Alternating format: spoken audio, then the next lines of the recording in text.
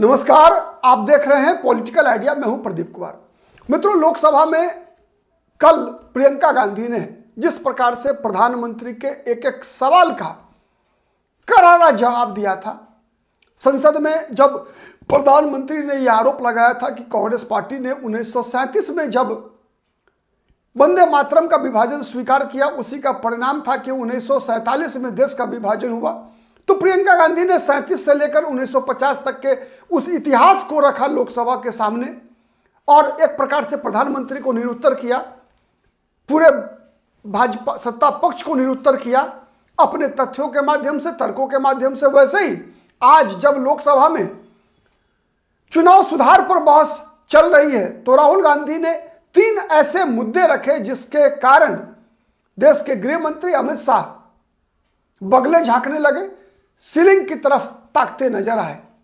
जिसकी चर्चा राहुल गांधी ने की भी। शुरुआत में जब राहुल गांधी ने अपने भाषण की शुरुआत की तो सत्ता पक्ष ने जबरदस्त हंगामा किया। सत्ता पक्ष के हंगामे के बीच जब राहुल गांधी ने कहा कि देश की जितने भी संवैधानिक संस्थाएं हैं, सब पर आज सत्ता पक्ष आरएसएस के लोगों ने कब्जा किया हुआ है। राहुल गांधी ने चर्चा किया कि किस प्रकार से राष्ट्रपिता महात्मा गांधी की हत्या में नाथूराम गोडसे ने 3 गोलियों से महात्मा गांधी की हत्या की। कई उदाहरणों द्वारा राहुल गांधी ने यह साबित करने का प्रयास किया कि किस प्रकार से जितने भी देश के प्रमुख विश्वविद्यालय हैं, सब में आरएसएस से जुड़े हुए लोगों का कब्जा हो चुका है, वाइस चांसलर नियुक्त किए जा रहे हैं। उसी से कोरिलेट करते हुए चुनाव आयोग को भी राहुल गांधी ने रखा। राहुल गांधी ने के जिन 3 सवालों से पूरा सत्ता पक्ष तिलमलाता हुआ दिखा, उसमें पहला था कि वो कौन सी परिस्थिति आई जब 2023 में प्रधानमंत्री ने मुख्य चुनाव आयुक्त के लिए जो सिलेक्शन कमेटी होती है उससे सीजीआई को बाहर कर दिया। मुख्य न्यायाधीश, सुप्रीम कोर्ट के मुख्य न्यायाधीश को बाहर कर दिया। पहला सवाल था। पहले क्या था? पहले था कि प्रधानमंत्री, मुख्य न्यायाधीश और विपक्ष के नेता मिलकर चुना करते थे मुख्य चुनाव आयुक्त को। लेकिन किस कारण से, कौन से ऐसे कारण थे जिसके कारण सरकार ने मुख्य चुनाव आयुक्त की नियुक्ति वाला पैनल में से मुख्य न्यायाधीश को हटा दिया? अब क्या है? अब है प्रधानमंत्री, अमित शाह है प्रधानमंत्री के साथ। नियम है कि प्रधानमंत्री के साथ उनका कोई एक कैबिनेट सहयोगी होगा और फिर राहुल गांधी। इस बात की विस्तार से चर्चा करते हुए राहुल गांधी ने कहा कि जब मैं 2023 में जब सत्ता पक्ष से 2 प्रधानमंत्री और गृह मंत्री और 1 केवल विपक्ष का नेता होगा, तो हर वक्त फैसला जो है वो तो एक तरफा ही होगा। जिसको सरकार चाहेगी उसी को मुख्य चुनाव आयुक्त नियुक्त करेगी। फिर दूसरी बातें आई कि 2024 में एक और परिवर्तन किया गया ठीक चुनाव से पहले, जब यह फैसला किया गया कि मुख्य चुनाव आयुक्त के या और चुनाव आयुक्तों के कार्यकाल के दौरान उनके किसी भी गलती के लिए इन चुनाव आयुक्तों पर कोई मुकदमा नहीं किया जा सकता। किसी भी चुनाव आयुक्त पर कोई मुकदमा नहीं किया जा सकता, न इन्हें दंडित किया जा सकता है। मतलब कानून से संरक्षण इनको दिला दिया गया। इसके बाद साथ ही इस नियम में परिवर्तन करवाया गया चुनाव आयोग के द्वारा कि मतदान का जो सीसीटीवी फुटेज होता है उसे मात्र 15 दिन तक रख सकती है।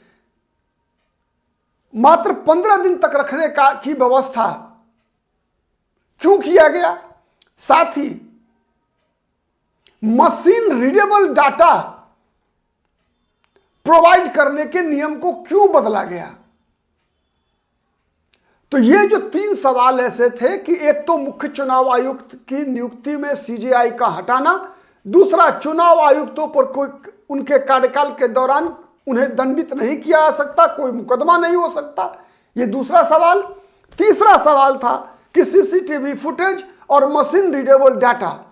इन 3 सवालों के द्वारा जो करारा हमला हुआ है सत्ता पक्ष पर, इसका जवाब सत्ता पक्ष के समक्ष शायद ही होगा। यह परिस्थिति इसलिए पैदा हो रही है क्योंकि अभी जब एसआईआर चल रहा है, बिहार में चुनाव हो गया, एसआईआर भी हुआ, चुनाव भी हुआ, इसके अलावा 12 अन्य राज्यों में एसआईआर की प्रक्रिया चल रही है। कई जगह से अलग अलग प्रकार का समाचार निकल कर आ रहा है। कई जगह बीएलओ द्वारा आत्महत्या किए जाने की बातें निकल कर आ रही है। कई ऐसे मामले निकल कर आ रहे हैं जिस पर लगातार विपक्ष प्रश्न चिन्ह खड़ा करता दिख रहा है। तो इस संसद सत्र की शुरुआत में ही विपक्ष ने एसआईआर पर बहस कराने की मांग रखी, लेकिन सरकार एसआईआर पर बहस कराना नहीं चाहती थी। अंततोगत्वा विपक्ष के दबाव में आने के बाद सरकार ने एक समग्र चुनाव सुधार पर चर्चा कराने की मांग मानी और उसी पर यह बहस जारी है। अब देखते हैं सत्ता पक्ष की तरफ से इसका क्या जवाब निकल कर आता है। बने रहिए पॉलिटिकल आइडिया के साथ। हमारी नजर हर उस खबर पर है जिसको आप जानना चाहते हैं, सुनना चाहते हैं, समझना चाहते हैं, उस समाचार की तह में जाना चाहते हैं। हमारा प्रयास होगा कि निश्चित रूप से हर समाचार का विश्लेषण उसके नकारात्मक और सकारात्मक दोनों पक्षों के साथ आपके सामने प्रस्तुत किया जाए। किसी पॉलिटिकल पार्टी के पक्ष में नैरेटिव नहीं, बल्कि हर समाचार का निरपेक्ष विश्लेषण, निष्पक्ष विश्लेषण करके आपको बताने का प्रयास करूं। आज के लिए इतना ही। बहुत बहुत धन्यवाद।